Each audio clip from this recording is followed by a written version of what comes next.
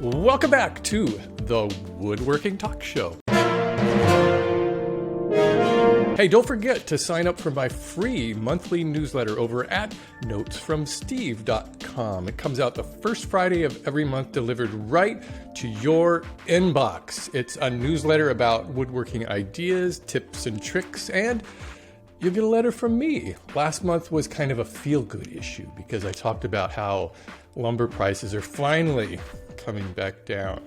Matt, what are the prices like there in Arkansas? Is like a 2x4 seems to be the benchmark, isn't it? That's right. They're getting much better. I actually bought two 2x10s, actually 2x8s, 2 weeks ago for $7 a piece. So it was much better. Oh, that's good. Here, I checked. I was just at Home Depot a couple days ago, and I looked at 2x4s, and they were $265 each for an 8-foot length. I think that's about what it was a couple of years ago. So it seems to me they've kind of come back to where they were. Anyways, sign up for that newsletter over at notesfromsteve.com. On May 9th, 2017, Matt Outlaw posted his first video to YouTube comparing a DeWalt sander to a $20 Walmart sander. The result was shocking. In every critical test, the Walmart sander performed just way, way better than the... Oh, wait a second. I think I got that wrong. No. The Walmart brand isn't as good as the DeWalt. Matt, I'm guessing that was a square video. Did you originally post that on Instagram? Is that what that was for? I don't remember. I don't think so. I think it was native. I know what I was doing. I love it when there's always like those first videos that we could all look back on and see, oh, wow, this guy's come a long way since then. I went back, my wife and I was looking at, somebody commented on the old video, and I was having to click on it. I started watching it. My wife looked over, and I was just laughing. I was just rolling. I was like, I can't believe this. Do you still have that $20 Walmart sander? I think so. I think Really? It's out in the drawer somewhere. It was pretty bad. It was coming apart, and it was just, When you're starting out, you use what you can get your hands on. Yeah, it's true. It's true. Matt continued to regularly post tool reviews and project videos on his channel 731 Woodworks for the next couple of years until August 2020, when he posted the right video at the right time. With everybody locked down at home and people looking for a way to make some extra money, he posted the top 5 woodworking projects that sell. In 1 month, his channel went from 97,000 views per month to 822,000 views. That's amazing. So, in May 2021, after 13 years in his job as an Arkansas state trooper, Matt quit his job to become a YouTuber. So, hey, if now that you're not a state trooper, if you're like driving along and you see somebody speeding or changing lanes without signaling, do you like have that urge to just like, I just want to pull them over? It's probably always going to be there. Today, much of what Matt talks about on his channel is the business of woodworking and strategies for growing your own small woodworking business. And he and his wife do a weekly live stream show called The Live Edge. Hey, Matt, welcome to the show. Thank you. It's an honor. It really is. So what did you think when that video kind of blew up on you back in late 2020? It was kind of unbelievable. I had been posting for 3.5 years or so at that point. And, most videos, and I think I only had 20,000 subscribers at that time. And you post a video and you get a few hundred views in the first day, and you're happy with that, and I was still very uncomfortable on camera at that time, and just didn't really understand anything. And I was just posting, and I saw a video. Jeannie and Davis actually on their channel had a video of something similar to that, and I said, and it was doing pretty well on their channel, and so I was like, I can do a video like that. So I did a video, and I think what helped that video was, like you said, that what was going on during that time was people was looking for money. Ways to make money. And then also what helped the channel was I had videos to point back to and say, hey, this is how you build this project that you can sell. And that kind of drove more of those views, basically created a watch cycle and helped really boost the channel. Yeah, you It's a kind of a testament to just being diligent on YouTube to post that long. And you were posting pretty regularly, really, before that video. Was it hard to find time to post videos with your full-time gig as a cop? I was trying to also run a side business. So I was actually running woodworking side business, trying to make a little extra side money, and had an Etsy store going where I was selling stove covers. I don't know if you've ever seen them. They go on top of a stove. Mm-hmm. People don't use those for storage. I was selling those like several a month. And so I was constantly working on that, but I was trying to squeeze in videos too. So yeah, it was a hustle, to say the least. Yeah, I also want to say, wow, congratulations on the community that you've developed over there, because I think I probably had more requests for you to be on this show than anybody else. It was kind of crazy. Like, We've got an amazing community. We got a Facebook community as well as just the YouTube community. Like, we've made some amazing friends on there. It's unreal how many people you can actually reach just doing videos. Do you consider yourself a YouTuber now, or a woodworker, or which comes first? I think I'm more of a YouTuber because I like to build projects, but I also like tools and doing tool reviews. So, and we love doing the live stream. We look forward to that every week, being able to interact with the community. So I think while I do love woodworking and building things, I think it's more of a YouTube versus a woodwork, because I'm not selling any projects on the side now. The only thing I build is for us or for a video. Yeah, and it gets to that point where there's just no way you could possibly start to keep cranking out projects and start selling them. Yeah. No. I had to make a choice, and this is before I went full time. We had the Etsy store was really rolling, and that video took off, and my wife and I talked about it. And I'm like, we got to do something, because I can't do both. I can't make videos and keep doing the Etsy store, so one's got to go. And at the time, the Etsy store was bringing in quite a bit of money, and so it was kind of a tough decision on which way to go with that. But I could see more of a future with YouTube than I could with Etsy, so that's kind of what drove the decision. So you posted a video explaining your decision to quit your day job and become a full-time woodworker. And I could see that the struggle had been there for a while, trying to decide if that was something you really wanted to do. Right. It's a big jump to do that. What did your fellow coworkers think when you told them, hey, I'm going to be a YouTuber instead of driving on the freeway? I think a lot of them saw it coming. Really? Because, yeah, I mean, they all knew I had a YouTube channel, and several of them actually support us and watch our videos and share our videos. And like, it's just a real tight family group in law enforcement like that, especially in your core group. I was a supervisor over 3 counties, so I had 6 guys under me, and we were like family. Like, they were like my brothers, literally. I mean, we hung out together. You know, we done things together. We were just friends. And so they support you. And so I think they could see it coming, because I was just constantly working on my videos, and they could see it. They could just see the wheels turning. And I never really told anybody that I was thinking about it. And I was just my wife and I kept it kind of in-house, because we wasn't sure for a while. You know, we battled with that for a while and making a decision, because we had to give up a steady paycheck, you know, a guaranteed paycheck, you know, the pension, the insurance. Like, it was a big leap of faith to actually jump in this and try it full time. Right. And it seems to be paying off pretty well for you now. Yes, so far. I'm having a lot of fun, and I actually was able to get off my blood pressure medicine, so the stress level's down.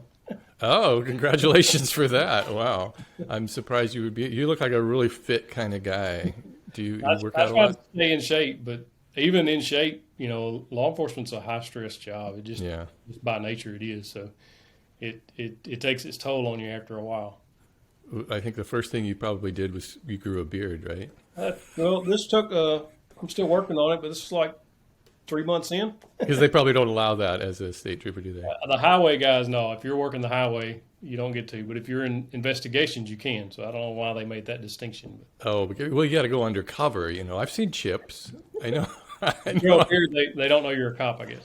Right. I guess so. How do you describe your audience? Who are you reaching? Who do you want to reach? My dog's scratching on the door. So I think the majority of our focus up until now has been beginner woodworkers, and it's still focused on that. I love helping people. I love trying to share what I learn along the way, especially those who are in business or trying to get a side business going. A lot of those viewers come in to watch us are looking for those tips to, help get that sale or try to start making a little extra side money. So we're still extremely focused on that. I'm trying to grow my skills recently, so I've stepped away from a pocket hole projects and got a dowel max and started building things with dowels. The first time I've ever done that. And so I would like to continue to grow as a woodworker in my skills. So I'm hoping that they will come along with me and be able to, because I've still got those beginner projects on the channel. They're always going to be there. I'm still going to do beginner projects, but also I want to try to stretch myself. I've always liked challenging myself. So I'd like to try to challenge myself to do more and more, not extreme stuff, but that I know of. I mean, you never know, but just using different types of joinery and just playing around with epoxy and stuff like that. Just trying to learn new stuff is kind of the goal. So I guess the audience would be people who want to learn as I learn. To just follow along your journey, I guess. So I noticed you get like new tools. Manufacturers send you tools and that sort of thing. Do you have like a plan for how to introduce those to your audience without seeming like flexing your tools? I've gotten those comments, and have you? The only tools that I've been given, Delta gave me a miter saw. One of their 12-inch miter saws is a very nice miter saw. I wound up giving it away to somebody locally after our deal was over, and so I still got my old DeWalt. Then a CNC, I got Carbide 3D. I had an idea that I pitched to several companies, and Carbide was the only one that wanted to jump in on it. And I said, I don't know how many videos I want to make, but I want to take it and see if I can generate some revenue with it and share that with people who may be interested in CNC. Not everybody is, but there's a lot of interest in it, and I don't know how to work it. I don't know nothing about it. And it has been frustrating beyond imagine, because I'm not a computer programmer, which is kind of, to me, what CNC is. And so that's been frustrating. Anyway, but the majority of the tools I've gotten have been actual gifts from viewers. I mean, amazing. Insane. Like I would never have imagined the generosity that has been shown to us. Like it brings tears to my eyes when we start talking about it. I was given a jointer, a 6-inch Wahuda joiner. And I've got a video on that. And then, clamps and an air compressor, and even last month I was given a saw stop table saw. So that's a huge gift. Like I tried. I was like, no, I can't accept this. And they're like, you don't want to steal my joy. I'm trying to give you it. And so I'm like, okay, I want it. I've always wanted the saw stop. They're very safe. I've got room for it in my shop. I understand that it's a hard sell. But at the end of the day, it's a table saw. And so I've used a Delta for 4 years. It's really, the fence system's very similar. I mean, it's, other than the safety feature and the power, it's a table saw. So I don't know at what point the tools will I hope not impact people's watching of the channel. Like I said, a lot of the stuff was given as gifts. People I was actually given a little wind bandsaw. I was actually doing a video on it this morning. It was a little 9-inch bandsaw. It's like a tabletop bandsaw. Oh yeah, I've seen those. $160 on Amazon, and the thing is nice. Like I was out there cutting stuff with it today. I was like, this is really nice for $160. So I think if I can keep it balanced and explain that this is gifts that were given, that I'm not trying to flex or trying to get a bunch of tools just to say, hey, I got this, because that's not really the goal of the channel. Yeah. The goal of the channel is to build things. I like doing tool reviews. I really do. I really like messing with tools. And so it's kind of a multi-function channel, I guess, because with the live streams, not a lot of people do those. And then also tool reviews and projects. Like it's not a lot of people do that. And the tool reviews sometimes get good views, sometimes they don't. It just depends on the tool. Did you find it hard to do the live streaming at first, or did you just jump right into it? You seem real comfortable. Both you and your wife, I should say, both of you do that together. We were so nervous that first episode. It's a lot different. Live is different than... It is. You think it's just going to be like talking to like we're doing here, recording it, but no, it's totally different. It's different because you're live. If you say something, or you say something wrong, and you can't edit that out. It's there. So, yeah, it's different. So the first few episodes, we were pretty nervous. And then after that, just the people that were joining us, like, They made it like fun. Like we really have fun doing that every week. It's something that even my wife, she hates being on camera. She's done a couple of videos for the channel because I talked her into them, but she does not like it. But when the live stream, she says it's different to her. She loves the interaction with the people that's watching. Yeah, she looks totally comfortable. What's the breakdown of work between the two of you there? Does she monitors comments, that sort of thing, and then you just field them? Yeah, she loves to find out where everybody's from, so she'll write down where everybody's from, and then she'll do the call out later in the show. She fields the comments and things like that while I'm talking, and then they have questions for her too a lot of times because she's really good at decorating, staging, that sort of thing. So they always have questions about that. And then my daughter actually helps out too. She moderates for us on the channel. Oh, nice. On the live stream, she's a moderator, and she's pretty active in the chat, and she can kick out anybody that's trying to cause trouble or actually answer questions too for people that if we miss them. How old's your daughter? 23. She'll be 23 this month. Oh, and does she live with you? Yeah, she still lives here. Oh, so that makes it handy for the three of you to work together. Yeah. She does a lot, especially, so she helps out with the Facebook community and the moderation. So she does actually a lot. So have you expanded your YouTube team as far as hiring an editor? And I kind of I'm just guessing you hired an editor. Is that right? Well, actually, I just hired somebody to do my thumbnails last month because I would struggle over those hours on end. I'm like, well, what if this word goes here? What if it needs to be this? I hate doing those things. I'm not good at them. I don't like them.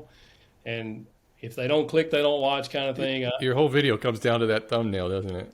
Well, a lot of times it does, but then I watched Mathis, talking to him the other day, and he's like, I don't worry about a thumbnail. Well, he's in his own different world. He lives in the Matthias Wandel universe. But as far as the video editing, I've been doing all of it up until the video with the cheap table saw the cheap circular saw from Amazon I did a few weeks ago. I had most of that edited. Somebody wanted to do a trial run, so I let him do a trial run on it, and he did a pretty good job. So I went in and done whatever I wanted to add to it. But for the most part, all the videos except that one have been me. Yeah. And he did a good enough job. I sent him another one to do with the saw stop. We're going to talk about the saw stop saw, how I got it, what I think about it. And so he actually is working on it now. So, but up until now, it's all me.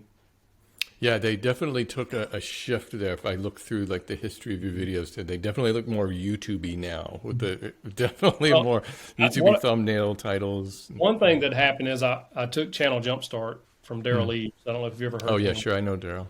So I went through his course. It's a 12-week course, kind of teaching the ins and outs of YouTube, thumbnail design, video. John Malecki's been through it as well. So I kind of learned a lot through that process. And so I incorporated a lot of that into my editing as I've gone along. And I'm just learning more and more about video editing. Right. Just trying to let it flow a little better and try to compress it down into a watchable video that, just like my Workbench build video, when I got done, camera one had 3 hours of footage. And I was like, I had 4 cameras, 2 main cameras, a GoPro, and my phone. And I was like, oh man, this is going to be huge. But I was able to get it under 20 minits or around about 20 minutes. Oh man, you got a full on production going there. As I've got my one camera for the past, I'm really bad with that. One of these days I need to upgrade, I think. You're doing perfectly fine. I love the video. Well, do you have a favorite part of the whole YouTube process? Is it shooting, editing, talking, building the project, pushing publish? I like helping people learn.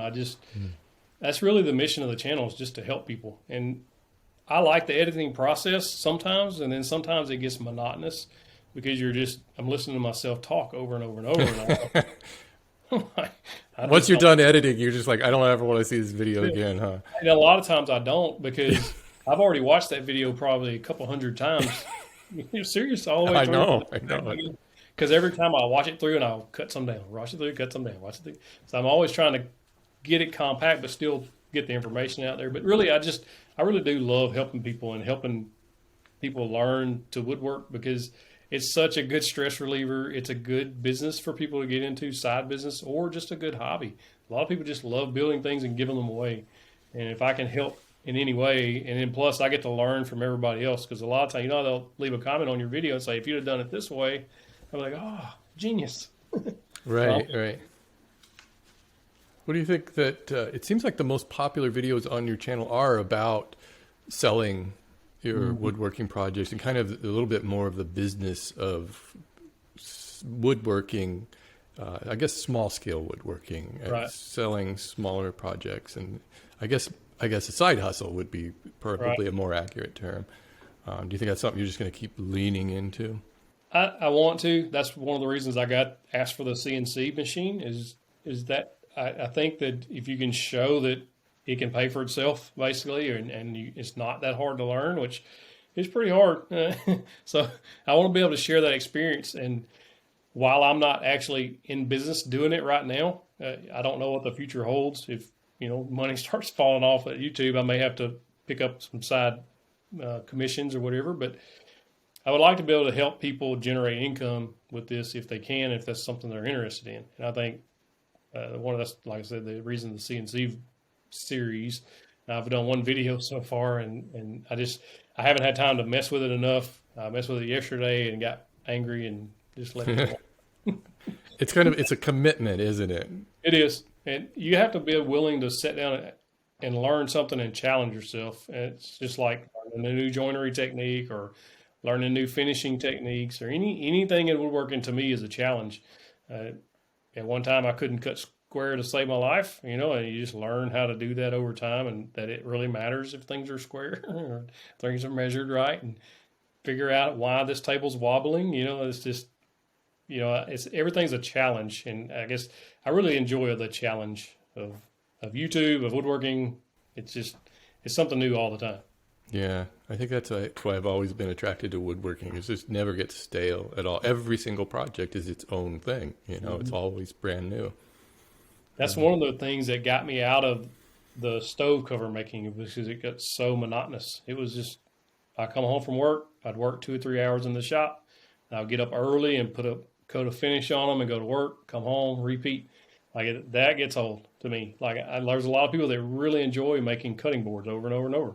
I just don't. I like making new things every time. I like to, because it's a challenge. What's your background as a woodworker? Is woodworking itself all new to you, or did you do any woodworking as a kid? So not woodworking per se. We grew up on a farm, so we kind of fixed whatever needed to be fixed. But when I graduated high school, I went to work in construction. So I was just rough construction, concrete, building stuff like that, some pipe fitting, that sort of thing. So I learned a little bit there and kind of picked it up. I like building things, and then wound up with the state police and done that for a while, but kind of had that construction background that helped a little bit. So you were already real familiar with tools to begin with. You kind of. My dad was a welder all the way up. He was a welder and then a welding inspector. So he's kind of been in that trade all his life. So he's always built things around the house. And of course I would follow him around and watch him do it, You think you'll bring any welding into your channel? Not without a dedicated space for it. Sawdust and welding kind of make me nervous. Yeah. So now, welding's okay, but that's not something that really interests me. Yeah. I can see where it would be useful in certain things, if you wanted to mix some metal frames or whatever with wood. But until I get a dedicated shop, if I get a dedicated shop, then I wouldn't think that I would have welding there. Right. You seem to like the farmhouse style of furniture. At least that's what you were early on gravitated towards. A lot of your designs were that. Is there a particular reason you like that design? Do you still like that design, or do you think you're going to do other things? I think that the reason I'd done those is because that's what was selling. I would look around in my local area, Facebook Marketplace. Back when I started, you could actually post something on Facebook Marketplace and sell it. Well, now nobody looks at it. Is that right? I haven't looked at that. It's a dead zone. You post unless you boost the post, from what I gather from people telling me. Oh, they want you to boost that post so that they make some money on it. So, but used to, when I started, I could post something on there and it would sell. Well, I noticed that there was several farmhouse type items that were being posted and people were selling, so that kind of gravitated me toward that style because that's what was selling. That's what was popular 3-4 years ago. And so that's the reason I got into that. And those videos do well or did well. I'm not sure what the current trend is now. More modern style, I think, is kind of trending that way now. I built this desk that we're here is kind of a modern style desk. And so I just kind of pretty much whatever design we want to come up with or try, that's kind of what we trend toward, I think. So you would sell furniture, I presume locally mostly, so it's easy to deliver and that sort of thing. Yeah, locally only. I never shipped any big furniture because of freight shipping is crazy. If you're building farmhouse furniture, you're selling an end table for $75 or $100. They're not going to pay $100, $150 shipping. So. Yeah, the shipping's more than the table itself. We live in a fairly rural area. It's about 10,000 people in this town, about 20,000 in the whole county. So it's not really real populous. And so you just got to find your market, what's selling in your area. And people will buy it if they like it, if it's an appealing product and you find it. And there's several things that I posted before and post, and they just didn't sell. I was like, yeah, it's not a good item. So I just didn't make that. You find what works, kind of a trial and error, really. Yeah.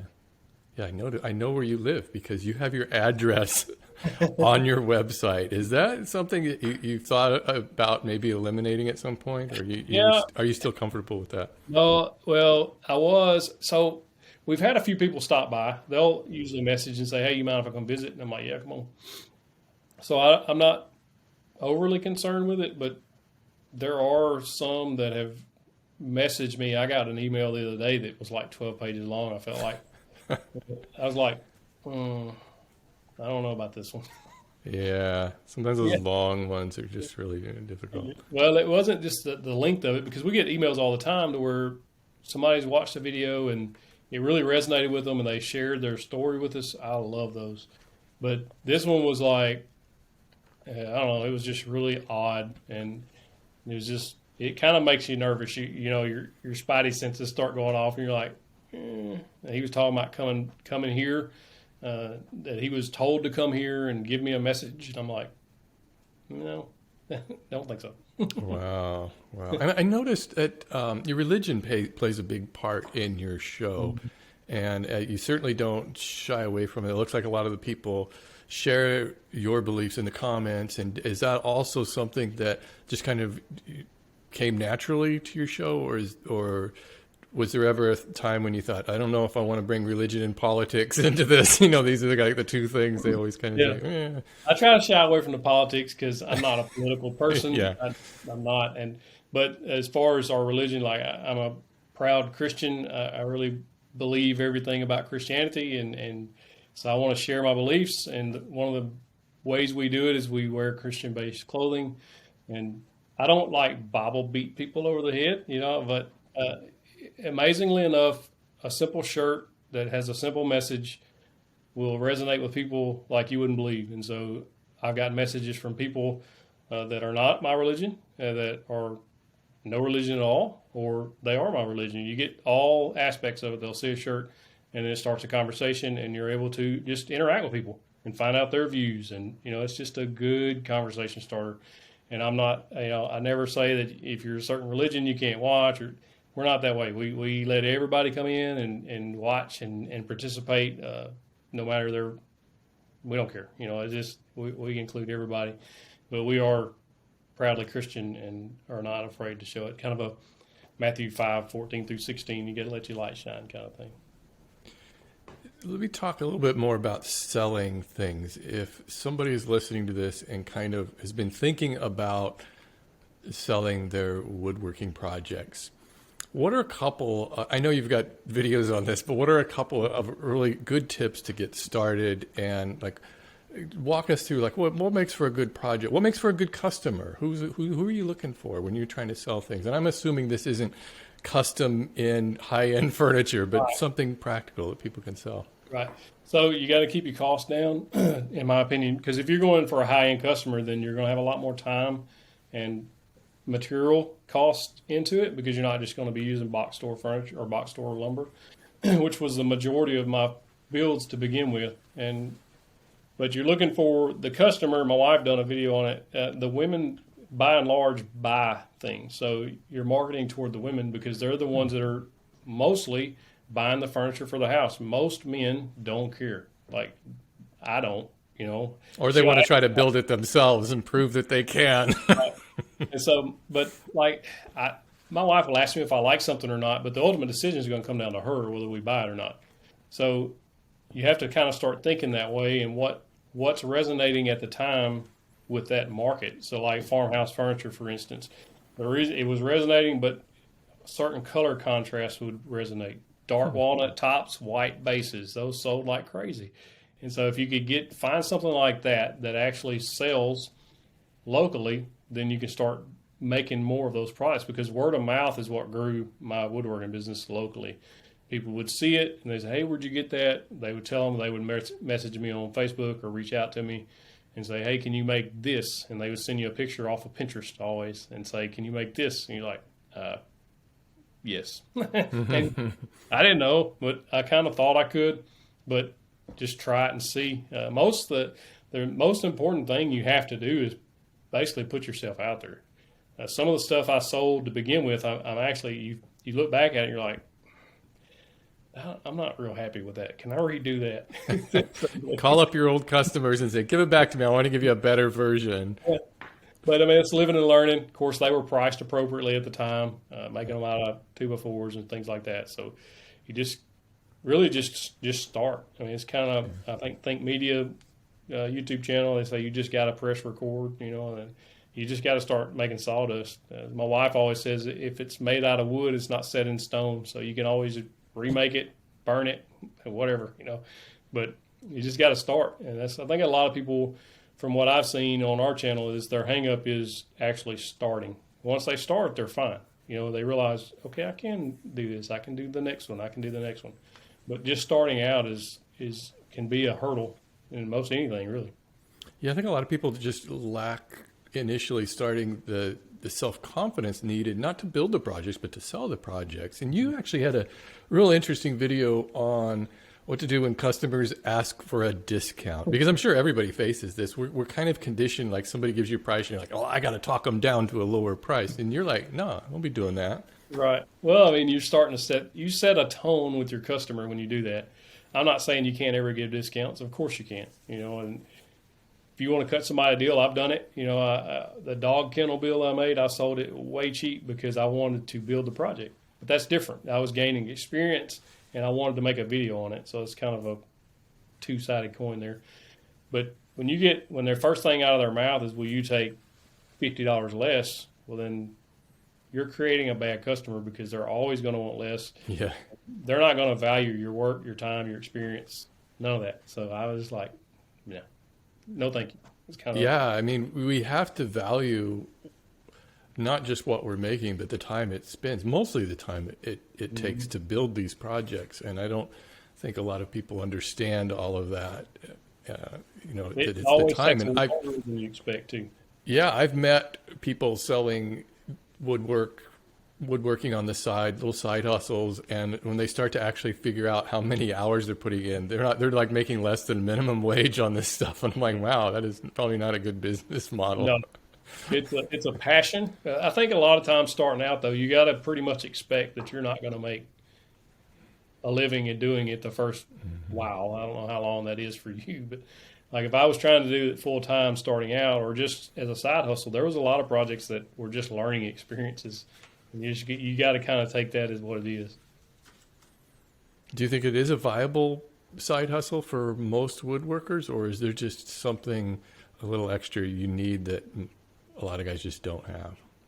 I think it's very viable as a side hustle. As a full-time business, I think that takes a lot of planning, and as far as just woodworking, because a YouTube channel mixed with woodworking is not, to me, woodworking. Like, I know there's people that have a business on the side, but they've also got employees to help build.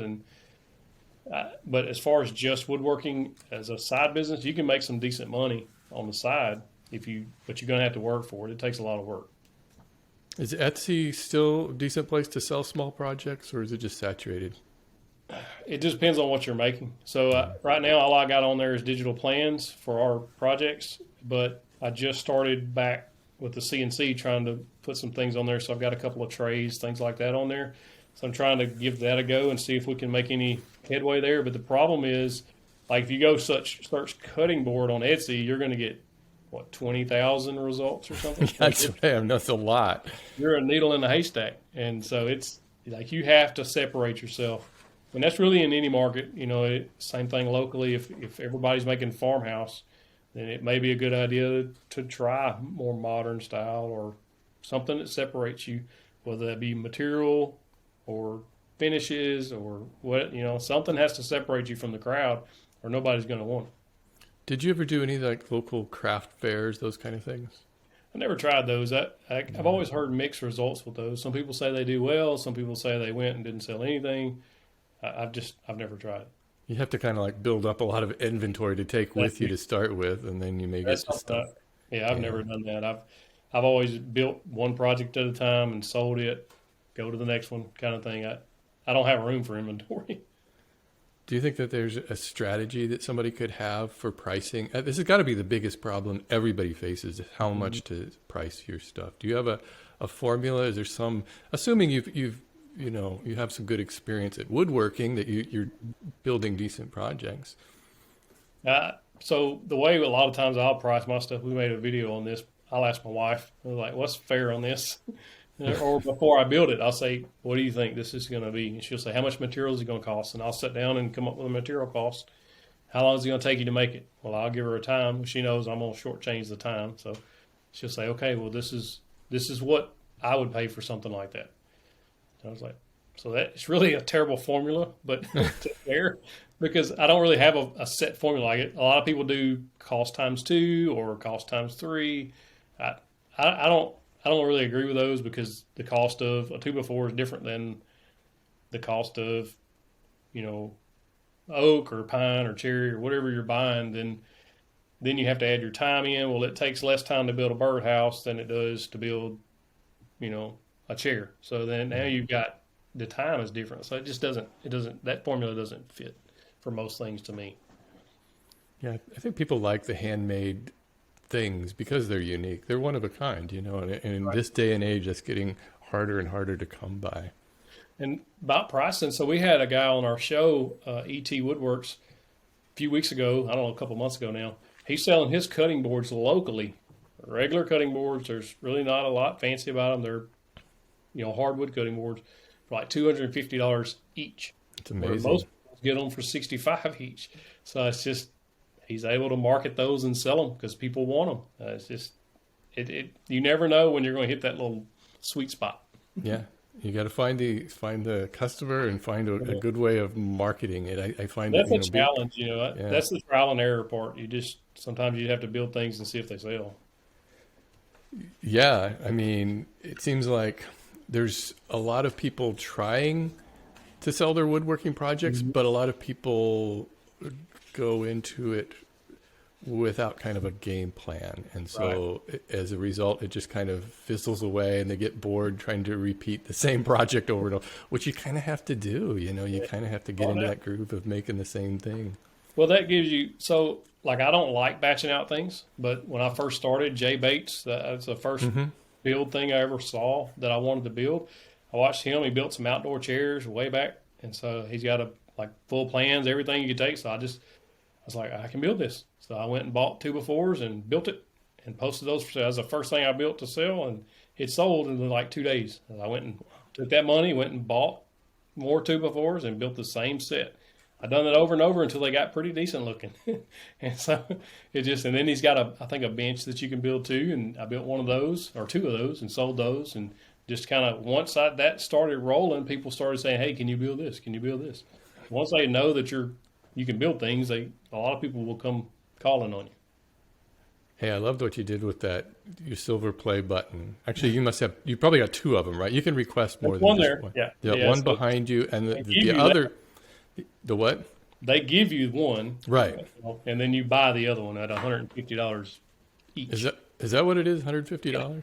See, I've got like the old school silver play button where it's like behind glass, you know, it's just a weird thing. And so I only have that one, but I loved what you did with it. So you embedded your silver play button in epoxy on your table saw. I was so nervous.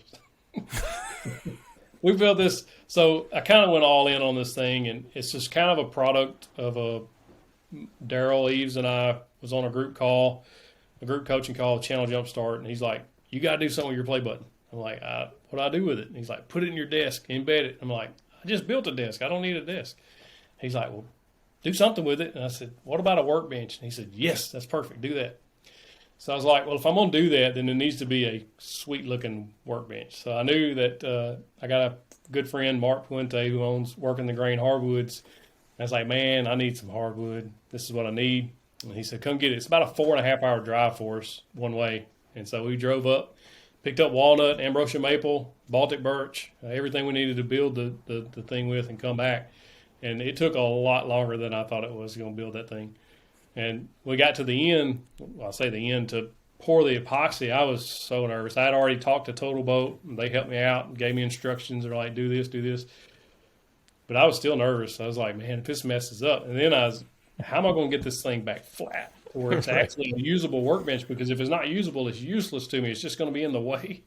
But we was able to pull it off. And like that kind of stuff I love doing. It was like so stressful, but it worked out. I don't know how I'd have felt if it hadn't worked out. I'd probably been upset about it, but it worked out. But it was a fun challenge. The whole project was a big challenge. Just I hate making drawers over and over, and I had to make a bunch of those. But since the shop has felt a lot more organized, like I got a place for everything now. It feels like. Is it going to get scratched, or do you just keep polishing it if you want to? Oh, it's already got scratched. As a matter of fact, The first day that I finished, it, I come in the house. I'm like so happy. I just put the Odies on top. It was looking good. I just wanted to take a chair out there and look at it, you know.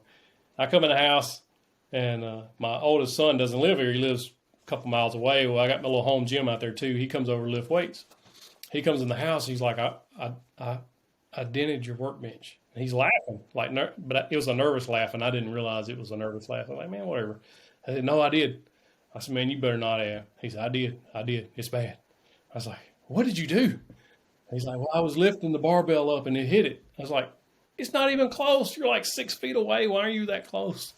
Anyway, we go out there, and it wasn't that bad, but he put the first dent in it. So after that, it's all downhill from there. It's meant to be, it'll be dented and painted on, and I'm sure it'll have glue all over it, but that's what it's built for. Yeah, I always recommend when people build a workbench that as soon as you're done with it, the first thing you should do is just bang it somewhere with something. Just do it. Just get that initial, because you build these things and you're so careful and they're just so methodical, and I just want this beautiful. And then, in 2 years it's going to look like a workbench, but you just gotta just go for it. You, I've used that thing a lot more. I put T-tracks in it and everything. I've never had T-tracks, no kind of work hold down. I've just kind of old schooled it, but it's been extremely useful. I'm really happy with it. I was a little worried that the 4 foot by 8 foot would be too big, but so far it's a good place to collect junk, and it works out. Do you have any more shop furniture planned? I got to build a router table. I actually watched your router table from 2012 last night, and that's awful. I was watching it. So I was just trying to gather ideas. Mark Puente, that gave me the hardwood, he actually donated a Craig Pro router lift, and a router to go with it for the channel. So I'm going to be building a router table at some point. I just haven't decided whether I actually want to build the table or if I just want to just buy it and build a cabinet kind of thing. I'm kind of two minds there on what to do. If I build it, it helps keep the cost down, obviously, but if I buy it, then I'll just kind of pop it on there and go. So do you have any router table now, or this will be your first one? This will be my first one. Yeah, it's a game changer. Mm-hmm. I mean, I think a router table is probably more useful than just the router itself, really. Oh, I agree. There's been so many times that I knew I needed a router table and you don't have one, because especially for smaller things, now you can't get a router on that thing. And so I'm excited to get it. Yeah, I hope you build it yourself. I want to see what your take of that is. Do the whole thing. That'd be really cool. The fence and all. I was watching Jonathan Cass Moses. He's got one he built a few months back, not too long ago. So he did a good job with his fence system and all. I don't know what top to use, like MDF. I think Malecki done an MDF one. Then I worry that MDF stuff doesn't slide well on it. I don't know. I used that melamine on mine, or the white slippery laminate kind of stuff. I'm looking at it right here. It still has held up after all these years, and I think it's a lot of use. So I like it. But you know what? I was Taylor Tools, taytools.com. He sent me the Workbench. It's a portable workbench. This thing is awesome. I built it for a video. He sent me the one he made, and he's like, you should make a video on one like this. So I made a video on it. It's coming out probably Thursday or Sunday. I hadn't decided which day I'll release it. But it's tabletop. You can clamp it to anything, bed of a truck, sawhorses, your kitchen table, deck railing. It's got like a regular vise on the side for vertical holding. It's got plain stop and a cam and a wedge, so that you actually hold down a 3/4 inch board, sand or plane it without any work holding getting in the way. It's a really, really genius design he come up with.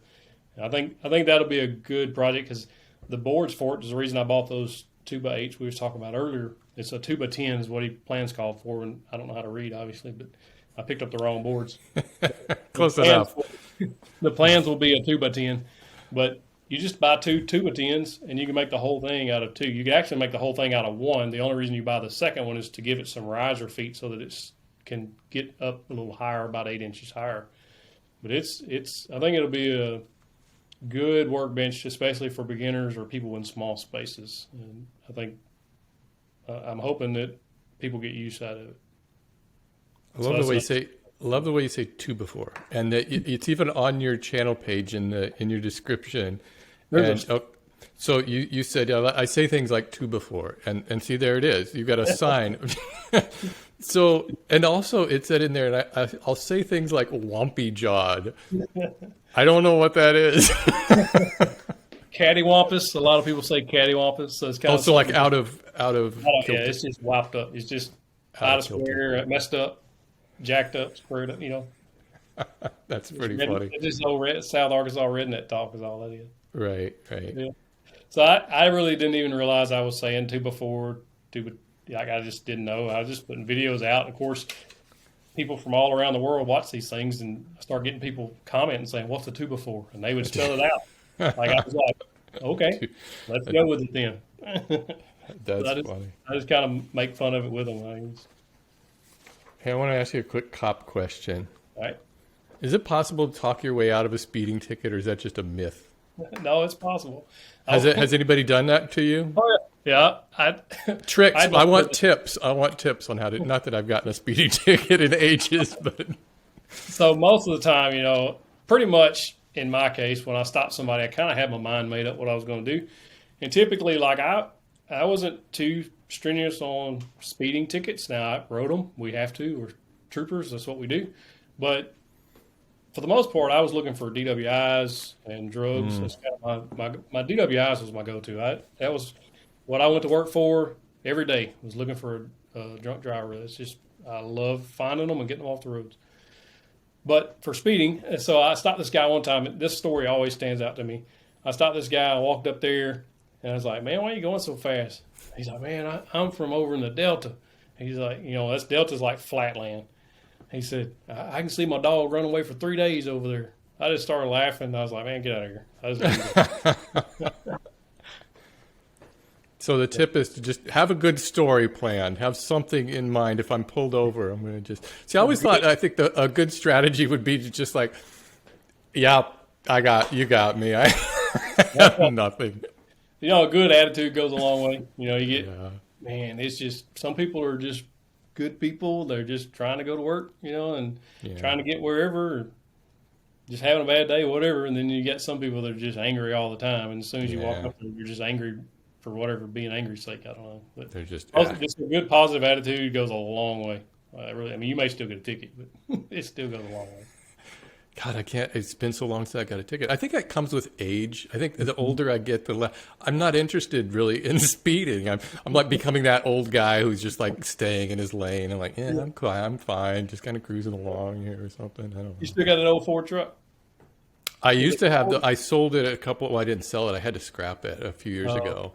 Yeah, it was my dad's. My My dad bought that Ford F-150 in 1976. I actually learned how to drive on that truck. That's awesome. It was kind of a little bit emotional seeing that being hauled away to a scrapyard, but it was just, it's a thing. Yeah. Things could be replaced, and it had served its usefulness, and it was just so unreliable. It was just so impossible to get anybody to work on such an old vehicle. Yeah. What do you do to unwind? Do you have any hobbies? Now that woodworking is no longer a hobby, right? So we love to travel and go places, my wife and I, and the ultimate dream would be that she's able to do this with me full time at some point. I don't know how long that will be, if ever. And I don't know that she would ever do it. She's a school teacher and she absolutely loves teaching. And so but we love to travel together. So that's kind of what we do, even if we're 90 miles from the closest Home Depot. And so it may be that we just take a trip to Little Rock and go up there and hang out for the day or spend the evening or whatever together. But we like traveling, so that's kind of our unwinding thing. Otherwise, if we're here, we're working. If you're filming, trying to get 1 or 2 videos out a week, you're constantly editing and uploading and all that good stuff. So it's a daylight to bedtime kind of things around here. Never ends, and you find that there really is no, it's a 7-day-a-week job. Even when you are kind of taking a weekend off or something, you're still doing stuff related to work. My wife asked me the other night, I was sitting in bed, and she says, "You're always working." I said, "I'm over here watching YouTube." She said, "You're researching is what you're doing." Yeah, it's kind of true, though. That's why I find myself, like watching a lot of your videos to prepare for this and these sort of things. It's like, well, it all adds up. Yep. When we get guests on, I'll be watching their videos, or if I'm looking for new ideas, like a router table, I'm watching everybody's router table. Like, how'd they do this? What features did they put in there that looks useful to me that I can put in mine? Just same thing with building furniture all these years. Every time I would build an end table or something, the first thing I would do is go to YouTube. How do you build an end table? When I didn't know how, we watch that video and see if 2 or 3 videos, see how different people did different things and try to incorporate those. So yeah, you're always doing something. Do you find yourself watching YouTube away from woodworking maker videos? Do you have anything particular you like to watch? I got several channels that I watch that I'm subscribed to that I'll just watch for entertainment, woodworking and non-woodworking related. But YouTube's a good platform. I like it. And so, but yeah, a lot of the videos I do watch are for research purposes, whether I'm looking to build something or I'm seeing what videos other people are putting out that are really doing well. And if I could take a spin on it and do a take on that and see if it does well on the channel, or if I can use that information to help my viewers in some way. But I sometimes watch.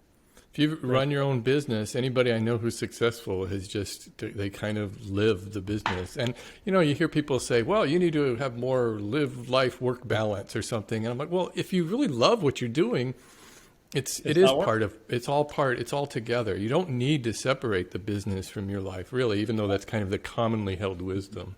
I was watching Fix This, Build That. Brad, have you had him on yet? I've talked to him. I haven't had him on yet. Okay. I was watching his live stream Sunday night. Yeah, I think they do them on Sunday nights. I was watching him the other day, and somebody asked him a question about when he was working full time and starting his woodworking kind of thing, and he kind of went into you could watch the replay, but he kind of went into a story. Basically, he's like, conventional wisdom is, I'm gonna sum it up. Don't quote me. The conventional wisdom is you have to have mental health, and mental health is important, like he said, but he said, when you're growing a business and trying to get something started, you got to put in the work or it's not going to work. It just is. He said, when he come through, the grind mentality was there, Gary V type stuff. And he was just, grind. And it paid off. And I kind of always go by the mantra, hard work pays off. And I believe that because you got to put in the work to get the reward, and not that there's ever an end to it. I'm not the type that ever, which is one of the reasons I think I was able to step away from police work. I never pictured myself making it to retirement and sitting in a rocking chair on the porch and watching the world go by. I've never felt like I would ever do that. I enjoy doing things. I enjoy being active. And so I think if you work at something hard enough and put in enough time and try to learn it, it pay off. If it don't, you're going to find out pretty quick it's not going to work. Right. I think a lot of people coming from a history of having a 9-to-5 kind of job have this this binary way of thinking of their life as the work part and then the life part, and then like weekends you have off and you don't do this stuff. But when I had this advice years ago, a friend of mine, Jared Poland, he's a photographer, has a YouTube channel, and he said, you know, the thing you got to do is, if you really want to have a go at this, is first thing, you got to get your ass off of that bar stool every Friday and Saturday night when you were going out and doing that stuff. And you got to be willing to just put in the time because it's something you love. And if you don't love what you're doing, then just go back and sit on that bar stool. That's right. I watched a bunch of Jared's videos. He's great, isn't he? He's hilarious. Mm-hmm. Yeah. Yeah, I've had him on my other podcast a couple of times, and he's like the perfect guest. I just sit there and listen to him talk. He's just hilarious. Yeah. But yeah, I think a lot of people, like you said, they think that, you know, if you're doing this as a business and you're wanting your business to grow, if you have a mentality is you're working from 8 to 5, and at 5 p.m. you don't do nothing until the next day, you can make it work, man. But I can't. I need to be rolling. You know, Yeah. My mind's always moving on things like there's so many things I want to do and I have so little time to do them. I want to do some class type things similar to what you've got going for Etsy and different things like that to help people try to build their business, but just finding the time to sit down, write it out and step by step so that I can make videos on those and have documents to go with them. Like, there's no time for it right now, but at some point, I would like to get to that point. Especially if I can offload some editing. Yeah. Yeah, I think it's fantastic just to wake up in the morning and have a real purpose and be excited. Like, oh, I want to get out of bed because I've got a million things in my mind I got to get done. I've probably lost more sleep in a good way than Yeah. I've had in my life, because now I'm like laying in bed, I'm thinking, you know, different video ideas. Or I woke up at 3, 4 a.m. like, oh, I got to make this video. And I type it in my notes app real quick before I go back to sleep. Like, it's just, I don't know, you're always thinking about something you can create or you can do. And that's one of the things I've told before, when you build something, you create that thing. And then when you edit it, one of the reasons I like editing is because you're recreating basically the build, but it's something totally new. Yeah. So I like to create, I guess.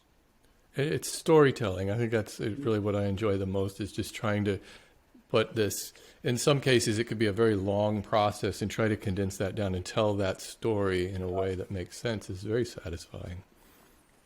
I wonder though, like you think, so I was talking about I don't know, this thought just come to me, but you think about the Workbench build had all that footage. Like, I don't know how many people would actually watch something that long if you put it somewhere else other than YouTube, maybe your own website or something, because I've got, like, there's so much cut out of that thing that could be useful to people, especially if you've never done anything that large scale before. Like, there's hours of video there. Of course, some of it's just me rambling around in the shop, and I would speed it up in post. But some of it, I'm talking to the camera, and then I wind up cutting. I'm like, I can get that out somewhere else in a voiceover, so I'll cut it. And some of that information doesn't make it through to the final. I think that there is value to that to a number of people, and it's not going to be on YouTube. And I think we're starting to see that shift away from projects videos on YouTube aren't making as much sense as they are putting them where people are going to actually watch them. So I think we're going to start to see more and more kind of DIY content going behind paywalls, because it doesn't, if you spend a week building a project and you post it on your YouTube channel and you're getting these limited number of views compared to, especially if it's a really detailed one and you really want to get this information out there, it's hard. It's a hard sell. I've seen that too. You know, I try to do build projects every so often on the channel. I can't do them once a week. I just don't have the time. I don't have the time to build it, finish it, video it, edit it. I don't have time to do that. So that's why we supplement with tool reviews and motivational videos, even, and different things that if I feel like I can bring value to somebody or they'll get value out of it, I try to put that in there. But it would just, I don't know. I don't know. It may be of use to somebody somewhere, but I think you're right. When I look at the analytics on the build videos, they're not near what the last video I put out was 5 tools a woodworker needs. Right. That thing took off, and it's, it shows you 1 through 10. It's been the first video out of the last 10 by far, by at least 3,000 views at this point.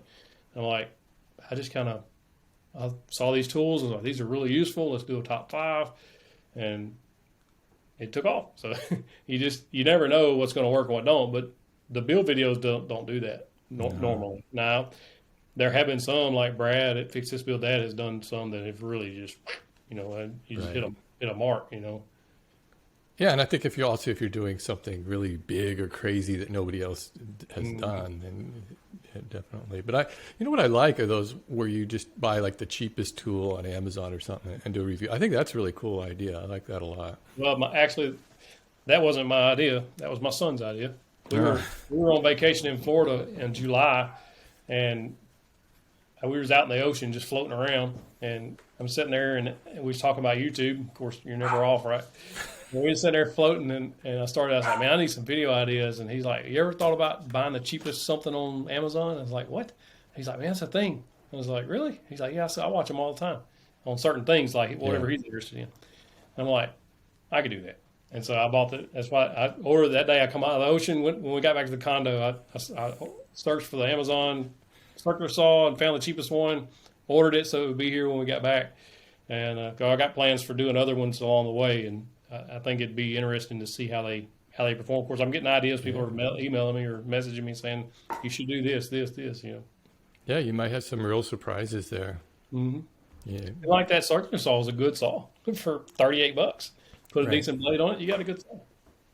Yeah, and it's all context too. I mean, if you're a full-time builder, you probably don't want that. But for most people working out of their garage on weekends, inexpensive saws are usually pretty fine. I got by one for 4.5 years. I just bought a new one recently, not the cheap one, but a newer one. It worked, so I wasn't going to replace it. It was an old borrowed saw, and the only thing that's wrong with it now is I can't get the blade nut to come loose. It's stuck. It won't come off. If it would come off, I could change the blade and it would still work. The motor still works. So where would you like to see 731 Woodworks headed over the next couple of years?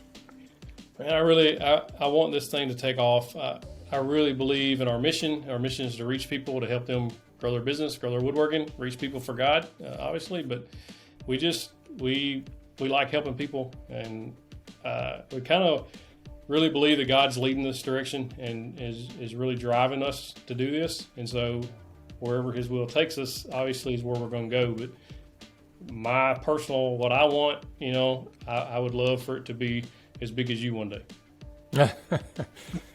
I do too. One day I'll grow my channel to where I can know what it's all about. I don't know. Hey, Matt, I want to congratulate you on all of the recent success of your channel. I wish you all the best, hoping it continues to grow the way you want it to. I appreciate that. Thank you very much. And be sure to check out Matt's videos over at, I got to say that again. Be sure to check out Matt's videos over at 731 Woodworks on YouTube. And thank you, everybody, for watching this episode of the Woodworking Talk Show.